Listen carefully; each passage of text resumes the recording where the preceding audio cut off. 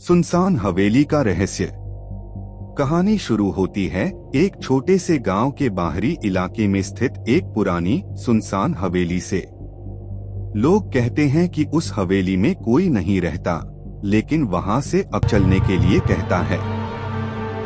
तहखाने में घुप अंधेरा होता है। रोहन अपनी टॉर्च जलाता है और देखता है कि तहखाने में एक बड़ा सा संदूक रखा है। संदूक पर जंजीरों के निशान होते हैं, लेकिन जंजीरें टूट चुकी होती हैं। अजय संदूक का ढक्कन खोलता है और अंदर एक पुरानी सड़ीगली डायरी पाता है।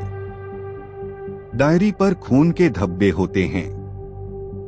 जब वे डायरी खोलते हैं तो उसमें लिखा होता है, जो इस हवेली का राज जानने आएगा उसकी आत्मा भी यहीं कैद हो जाएगी। इतने में हवेली के दरवाजे खुद ब खुद जोर से बंद होने लगते हैं।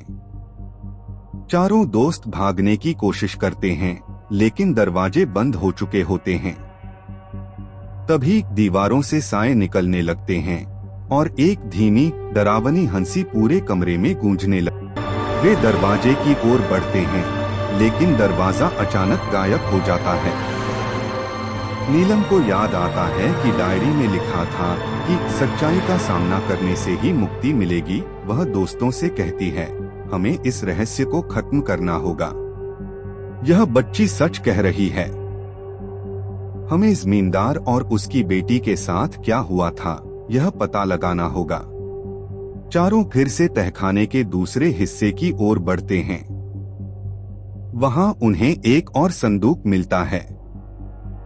इस बार संदूक को खोलने पर एक कंकाल मिलता है, एक बड़े आदमी का। यह जमींदार का कंकाल था, लेकिन उसके हाथों में एक चाकू होता है, जिस पर खून के सूखे निशान होते हैं। अंतिम रहस्य। तभी बच्ची की आत्मा वहां प्रकट होती है। वह रोने लगती है और कहती है, पिता ने मेरी जान ली क्योंकि मैं उनकी मर्जी के खिलाफ जाकर गांव के एक गरीब लड़के से प्यार करती थी। उन्होंने मुझे मारने के बाद खुद को भी खत्म कर लिया। चारों दोस्त यह सुनकर स्तब्ध रह जाते हैं।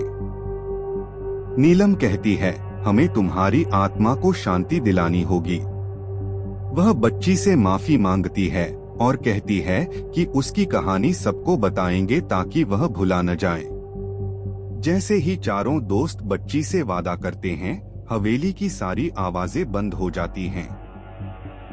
दरवाजे अपने आप खुल जाते हैं।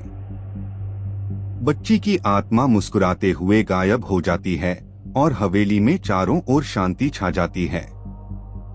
चारों दोस्त गांव लौट आते हैं और उस हवेली की सच्चाई लोगों को बताते हैं। कुछ ही समय बाद हवेली को तोड़ दिया जाता है और जमींदार और उसकी बेटी की आत्माओं को हमेशा के लिए मुक्ति मिल जाती है। समाप्त।